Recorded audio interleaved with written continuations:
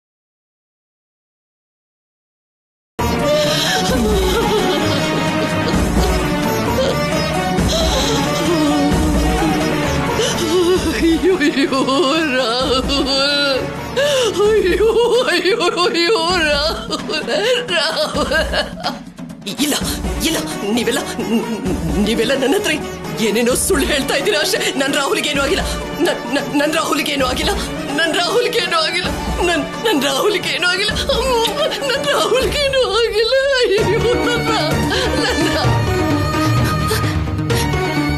ಅಣ್ಣನ ಜೊತೆ ಸರ್ಸನು ಇದ್ಲಲ್ವಾ, ಅವಳಿಗೇನಾಯ್ತು? ಅವಳು ಎಲ್ಲಿದ್ದಾಳೆ? ಕಣ್ಣು ಮುಚ್ಚಬೇಡಿ ರಾಹುಲ್ ಅವರೇ, ರಾಹುಲ್ ಅವರೇ.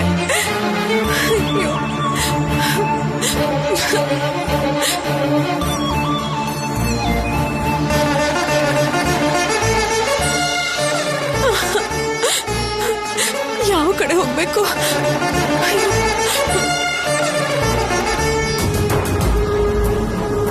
ಅಮ್ಮ ಅಮ್ಮ ಅಮ್ಮ,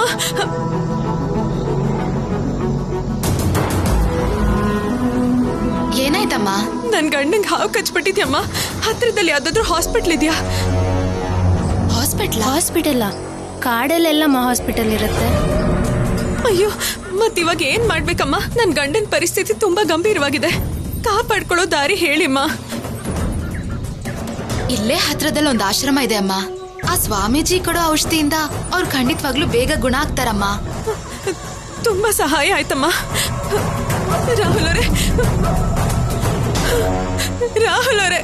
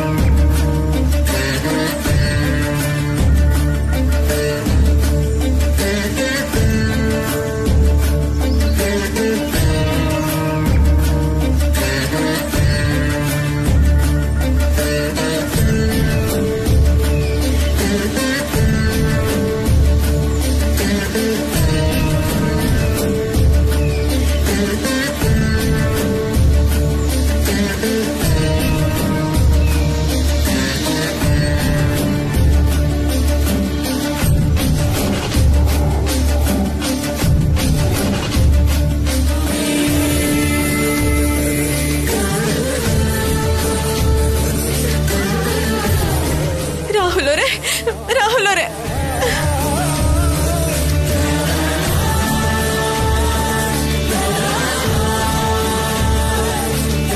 ಸ್ವಾಮಿ, ನನ್ ರಾಹುಲ್ ಅವ್ರನ್ನ ಕಾಪಾಡಿ ಸ್ವಾಮಿ. ನನ್ ಮಾಂಗಲ್ಯ ಭಾಗ್ಯನ ಉಳಿಸಿ ಸ್ವಾಮಿ. ಎಲ್ಲಿದ್ದಾನಮ್ಮ ನಿನ್ನ ಗಂಡ? ನನ್ ಜೊತೆ ಬನ್ನಿ ಸ್ವಾಮಿ, ನಾನು ತೋರಿಸ್ತೀನಿ. ನೀನು ಇವ್ರನ್ನ ನೋಡ್ಕೋತಾ ಇರು. ನಡೀರಪ್ಪ, ನಡಿಯಮ್ಮ.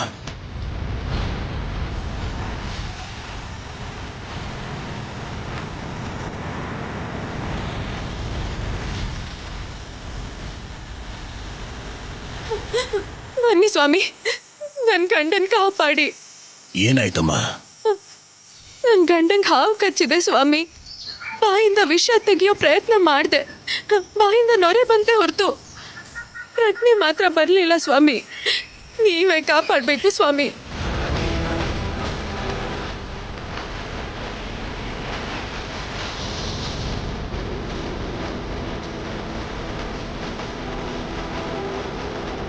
ಕಣ್ಣಿನ ಬಣ್ಣ ಬದಲಾಗ್ತಾ ಇದೆ, ವಿಷ ದೇಹದ ಪೂರ್ತಿ ಹರಡ್ತಾ ಇದೆ. ಇಂಥ ಪರಿಸ್ಥಿತಿಲಿ ಪ್ರಾಣ ಕಾಪಾಡೋದು ಕಷ್ಟನಮ್ಮ.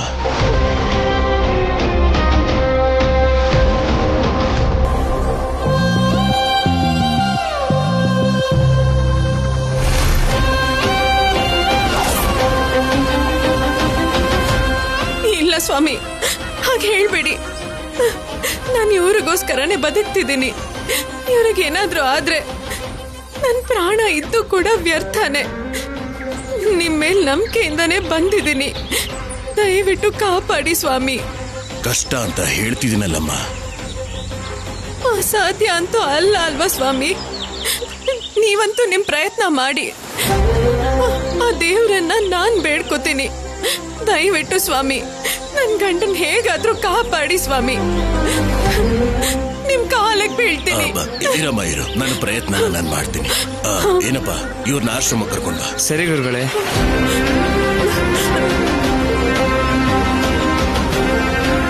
ಏನಪ್ಪ, ನೀನು ಹೋಗಿ ಚಾಪೆ ತಗೊಂಡ್ ಬಾ. ಹುಷಾರಾಗಿ. ಇಲ್ಲಿ ನೋಡಪ್ಪ, ನೀನ್ ಕಾಡಿಗೆ ಹೋಗಿ ಸರ್ಪದ ವಿಷ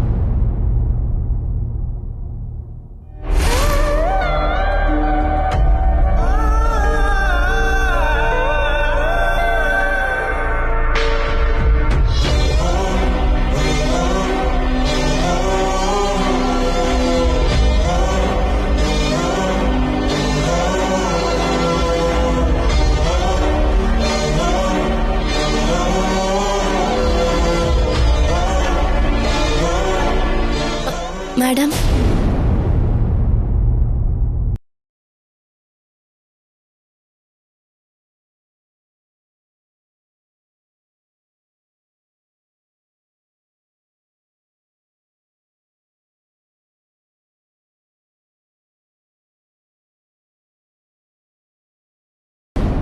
ಆದ್ರೆ ನಾವು ಕಣ್ಣೀರ್ ಹಾಕೋದ್ರಿಂದ ರಾಹುಲ್ ಮತ್ತೆ ವಾಪಸ್ ಬರಲ್ಲ.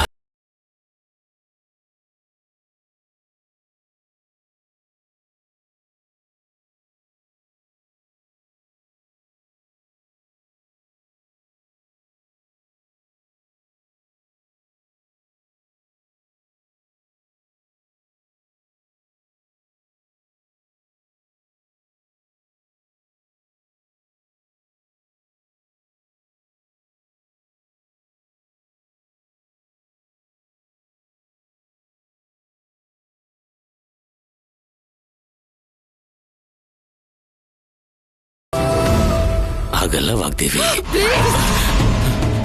ದಯವಿಟ್ಟು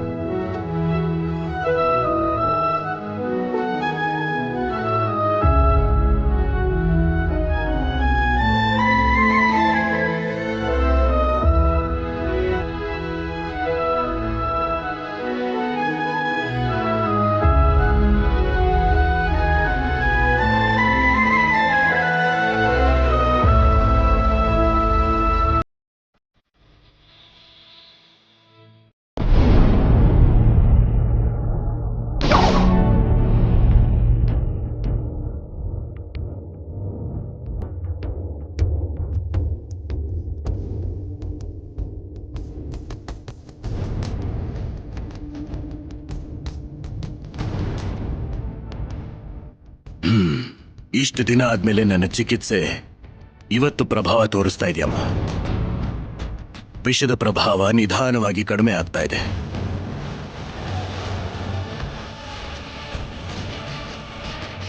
ದೀರ್ಘಾಯುಷ್ಮಾನ್ ಭವ.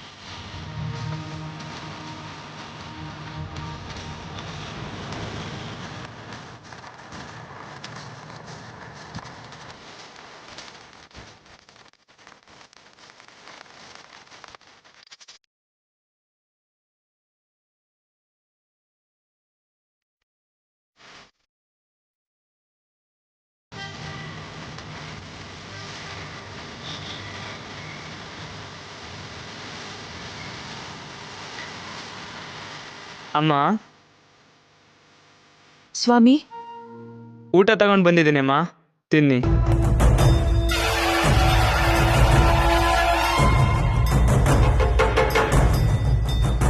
ನನ್ನ ಗಂಡನ ಆರೋಗ್ಯ ಸುಧಾರಿಸೋವರೆಗೂ ಒಂದು ತುತ್ತು ಕೂಡ ಮುಟ್ಟಲ್ಲ ಅಂತ ಅಮ್ಮನವ್ರ ಮೇಲೆ ಪ್ರಮಾಣ ಮಾಡಿದ್ದೀನಿ. ನನಗ್ ಬೇಡ.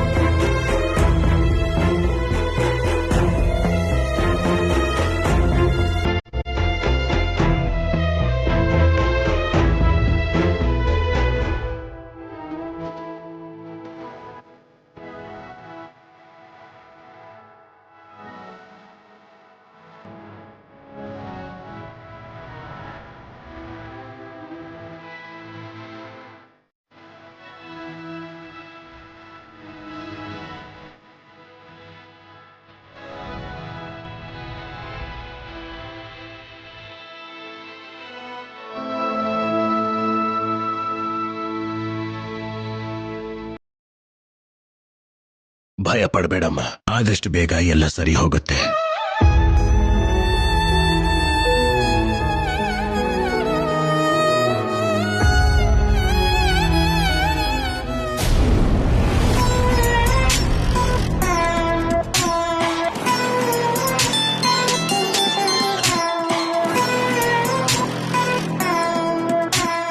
ಹೇಳಿ ಮೇಡಮ್. ಏನಂತಿದ್ದಾಳೆ ಅವ್ವಾಗ ದೇವಿ? ಅಳ್ತಾ ಕೂತಿದಾಳ? ಇಲ್ಲ ಹುಚ್ಚ ಹಿಡ್ದು ಮನೆ ಪೂರ್ತಿ ತಿರುಗ್ತಿದ್ದಾಳ? ಗೊತ್ತಿಲ್ಲ ಮೇಡಮ್. ವಾಟ್? ಗೊತ್ತಿಲ್ಲ ಅಂದ್ರೆ ಏನು? ಅಂದ್ರೆ ರಾಹುಲ್ ಸತ್ತೋಗಿದ್ದಾನೆ ಅಂತ ಮನೆಯವರೆಲ್ಲರೂ ನಂಬಿದ್ದಾರೆ. ಆದ್ರೆ ವಾಗ್ದೇವಿ ಮಾತ್ರ ರೂಮಿಂದ ಹೊರಗಡೆನೆ ಬರ್ತಾ ಇಲ್ಲ. ಮಗ ಸತ್ತೋಗಿದ್ದಾನೆ ಅಂದ್ರೆ ಒಪ್ಕೋತಾನೆ ಇಲ್ಲ. ಊಟ ತಿಂಡಿ ಬಿಟ್ಟು ಆ ರೂಮಲ್ಲೇ ಇದ್ದಾಳೆ. ಅಂದ್ರೆ ಮನೆನೇ ಜೈಲಾಗಿದೆ ಅಂತಾಯ್ತು. ಬೇಕಾಗಿರೋರ್ನೆ ದೂರ ಮಾಡ್ಕೋತಿದ್ದಾಳೆ ಅಂತಾಯ್ತು. ಹೌದು ಮೇಡಮ್, ಸೇಮ್ ಹಾಗೇನೆ ಫೀಲ್ ಆಗ್ತಿದ್ದಾಳೆ. ಇದೇ ಜ್ಯೋತಿ ನಾನು ಬೇಕು ಅನ್ಕೊಂಡಿದ್ದು. ನಮ್ಮಪ್ಪ ಕೂಡ ಇದಕ್ಕೆ ಕಾಯ್ತಿರೋದು. ಆ ವಾಗ್ದೇವಿ ಮುಖದಲ್ಲಿ ನಗು ಇರಬಾರ್ದು ಅನ್ಕೊಂಡಿದ್ದೆ, ಹಾಗೆ ಆಯ್ತು.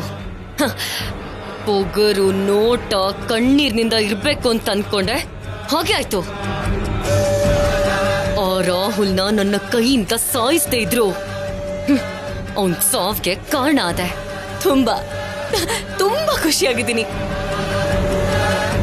ನನ್ನ ಜೀವನನ ನಾಶ ಮಾಡಿ ನಮ್ಮಪ್ಪ ಜೈಲ್ ಪಾಲಾಗೋದಕ್ಕೆ ಕಾರಣ ಆಗಿದ್ದೊಳಗೆ ಸಿಗ್ಬೇಕಾಗಿದ್ದ ಶಿಕ್ಷೆ ಇದೆ.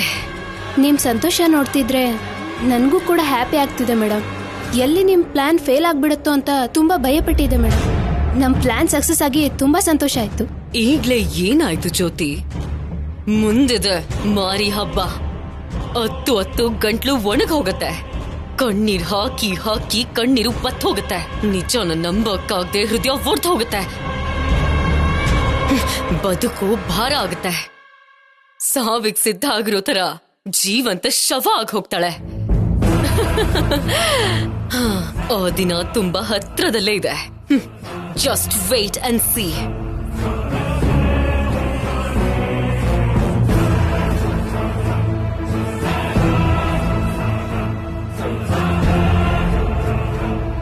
ಈ ವಿಷಯ ಏನಾದ್ರೂ ಅಪ್ಪನಿಗೆ ಗೊತ್ತಾದ್ರೆ ತುಂಬಾ ಖುಷಿ ಪಡ್ತಾರೆ.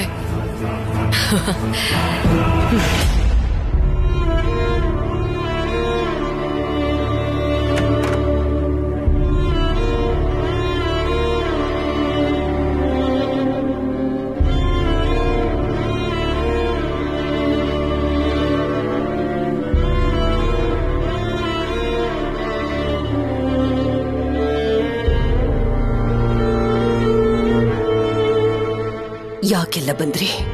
ಹೊರಗಡೆ ಹೋಗಿ.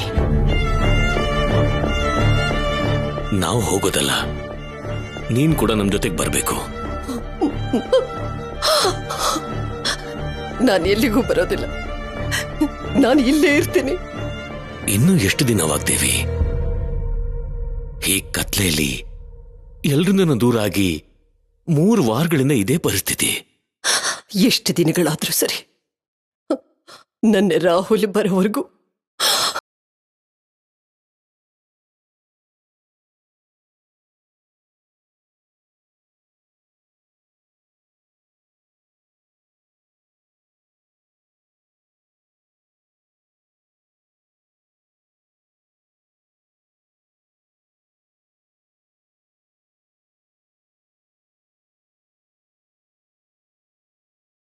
ಅಣ್ಣ ಅಂದ್ರೆ ಎಷ್ಟು ಪ್ರಾಣನೋ, ನೀವು ಅಂದ್ರೆ ಅವನ್ಗೆ ಅದಕ್ಕೂ ಮೀರಿದ ಪ್ರೀತಿ. ಹೀಗಿರುವಾಗ ನೀವು ಹೀಗ್ ಬೇಜಾರ್ ಮಾಡ್ಕೊಂಡಿದ್ರೆ ಅಣ್ಣನ್ ಮನ್ಸಿಗೆ ಸಮಾಧಾನ ಆಗತ್ತಾ?